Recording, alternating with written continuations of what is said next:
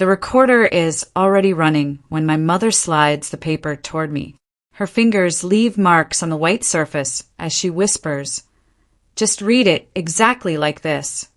My father sits beside her, arms folded tight across his chest, eyes fixed on the scratch table like this conversation is already over. The statement in front of me says, "I committed a crime I didn't commit." My name is printed at the bottom in neat letters, with a blank line waiting for my signature. My hands go cold as I stare at the words. The red light on the recorder doesn't blink. It just watches, steady and unforgiving, capturing everything in this small, airless room. My name is Susan Hartwell.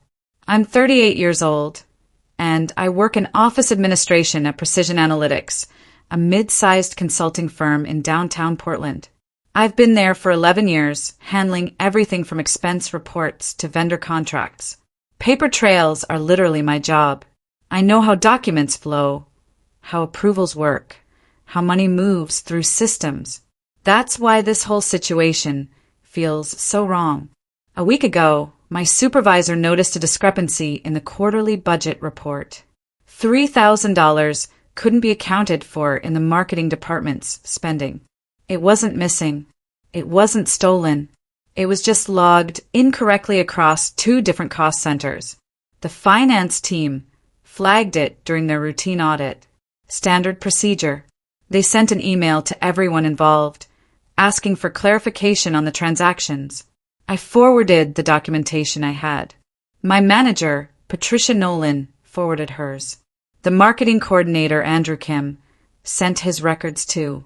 Within 2 days, they traced the error to a coding mistake in the expense software. The money had been recorded twice under different categories. Simple fix. The audit team sent a follow-up email thanking everyone for their cooperation and confirming the matter was resolved. That should have been the end of it.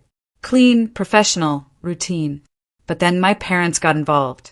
I made the mistake of mentioning it over dinner at their house. My mother asked how work was going, and I said something about a budget mix-up that got sorted out quickly. My father looked up from his plate, suddenly interested.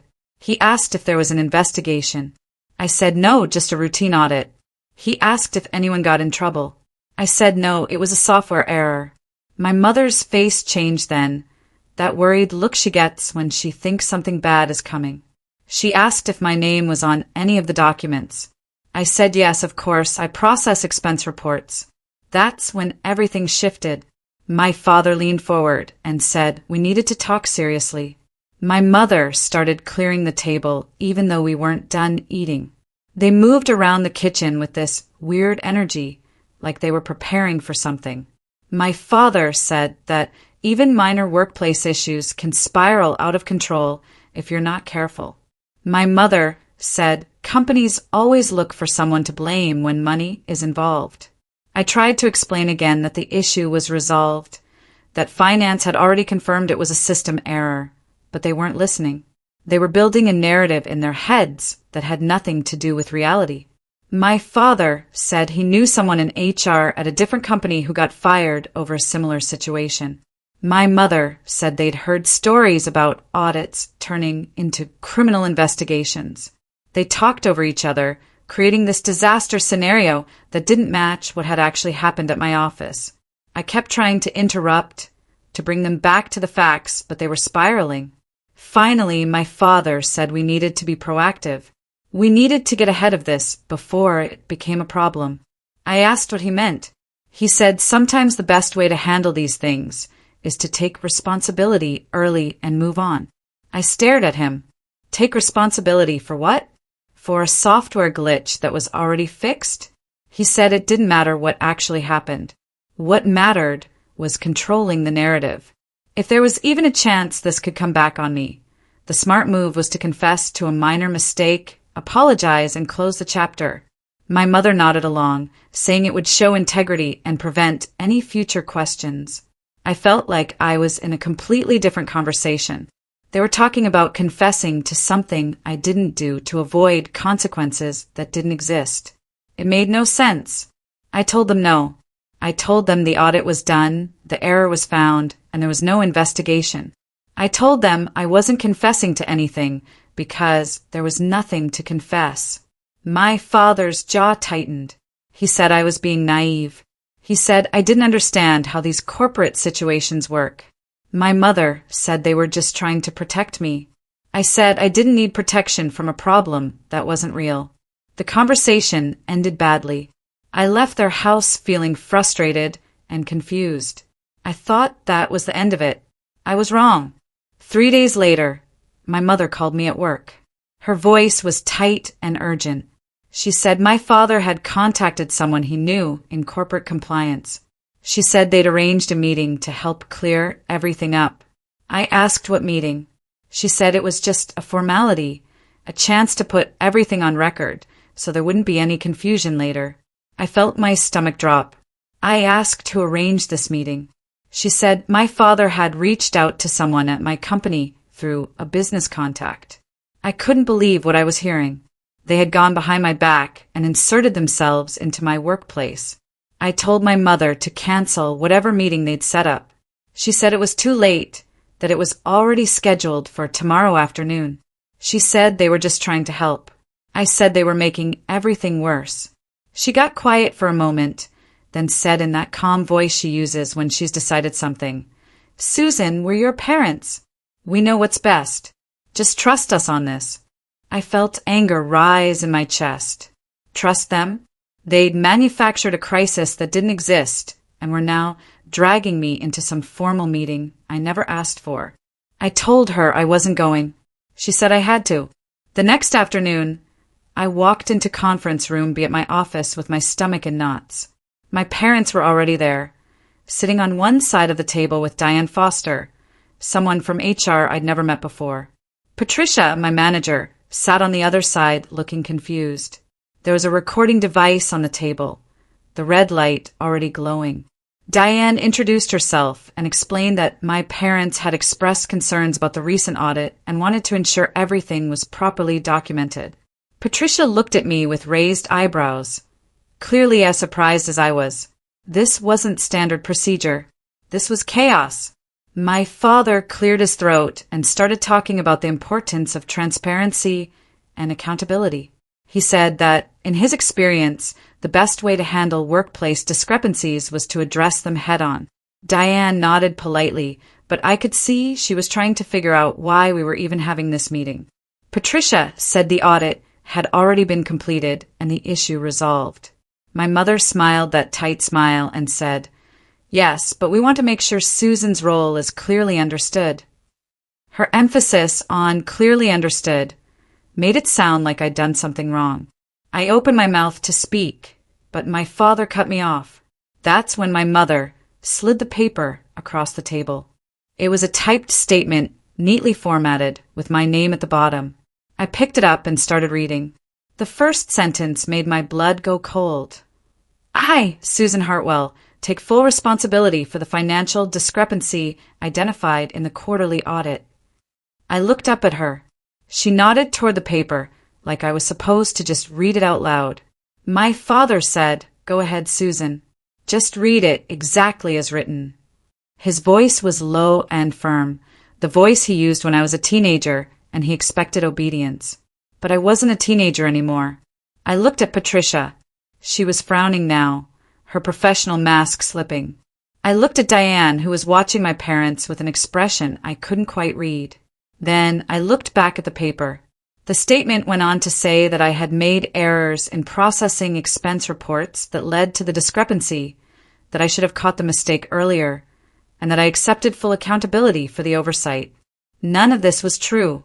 The error wasn't in my processing. It was in the software coding.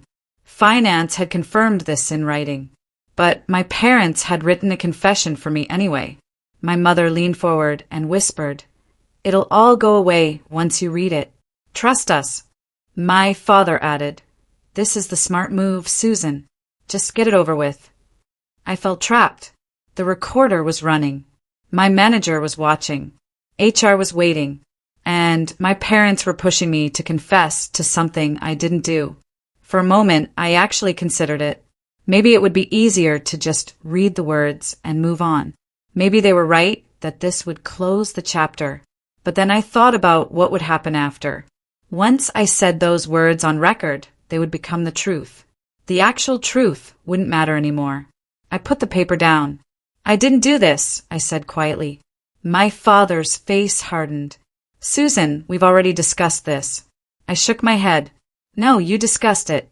I didn't agree to any of this. My mother reached for my hand. Honey, please. We're trying to help you. I pulled my hand back. Help me do what? Lie. Confess to something that didn't happen. Patricia finally spoke up. I'm sorry, but I'm confused.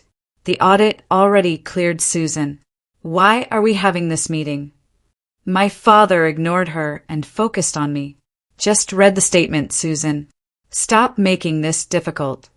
That's when I realized what they were doing. They weren't trying to protect me. They were trying to control the situation because they were scared. Scared of uncertainty. Scared of potential consequences that might never come. Scared of not being able to fix something. So they'd created this solution, written the script, and expected me to perform it. They'd convinced themselves that a false confession was better than trusting the process. And now, with the recorder running and witnesses present, they were doubling down. I looked at the red light again. It was still recording everything they were saying. Every instruction, every pressure tactic, every word. I took a breath and made a decision. I wasn't going to fight them. I wasn't going to argue or explain or defend myself.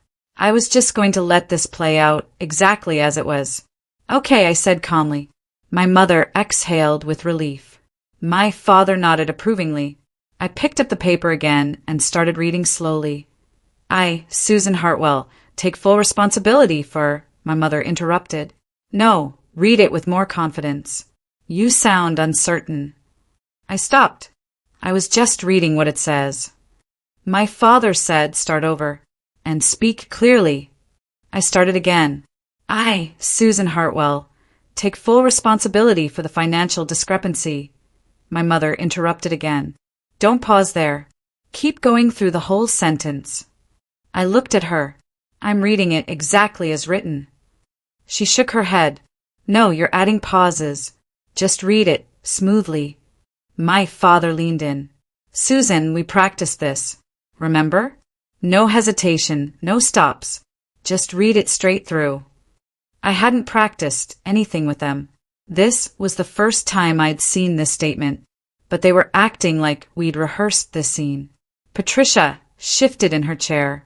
Diane wrote something in her notebook. I kept reading, and they kept interrupting. Every sentence became a negotiation.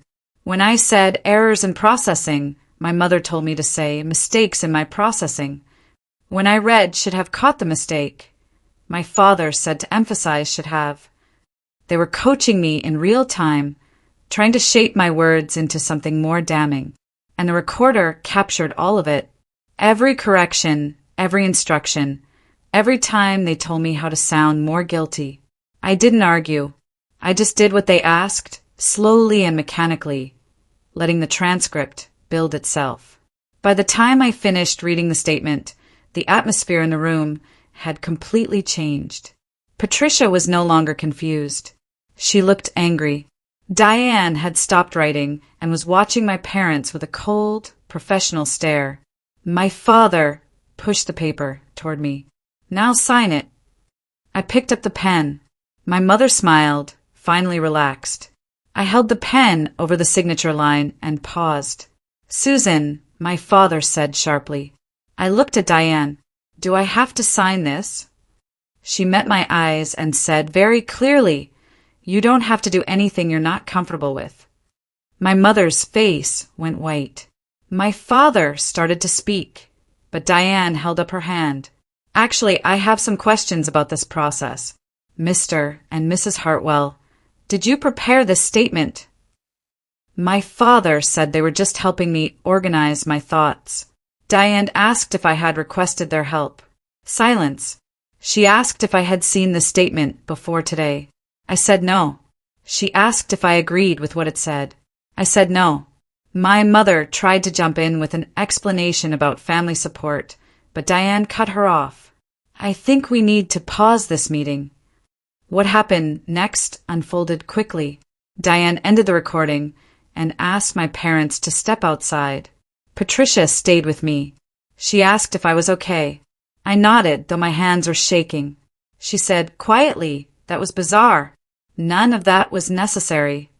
I asked what would happen now. She said she didn't know, but that Diane would handle it properly. My parents waited in the hallway, whispering urgently to each other. When Diane came back, she asked to speak with each of us separately. My father protested. Diane said it wasn't a request. Over the next 2 days, HR conducted separate interviews with everyone present at that meeting. I told them exactly what happened. My parents had written a false statement and pressured me to read it. Patricia confirmed that the original audit had already cleared me. The finance team submitted their documentation showing the software error, and then HR requested the full transcript of the recording. Not a summary, not highlights. Every word, every pause, every interruption. When my mother found out, she called me in a panic. She asked if they could submit an edited version. I said I had no control over that. The transcript didn't lie. When it was printed and reviewed, it didn't read like a confession. It read like a script being fed to an unwilling actor. Phrases jumped off the page. Read it with more confidence. Start over. We practiced this. Just do what we discussed. The investigator highlighted them in yellow. At the final meeting, I sat across from Diane while she delivered the conclusion. There is no basis for disciplinary action against Susan Hartwell. The audit found a software error, which has been corrected. However, the transcript shows clear evidence of coercion and attempted misrepresentation by outside parties. My parents were informed their involvement had compromised the integrity of the process.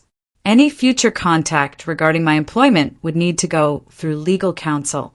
As we left the building, my mother finally looked at me, not angry, not apologetic, just exposed.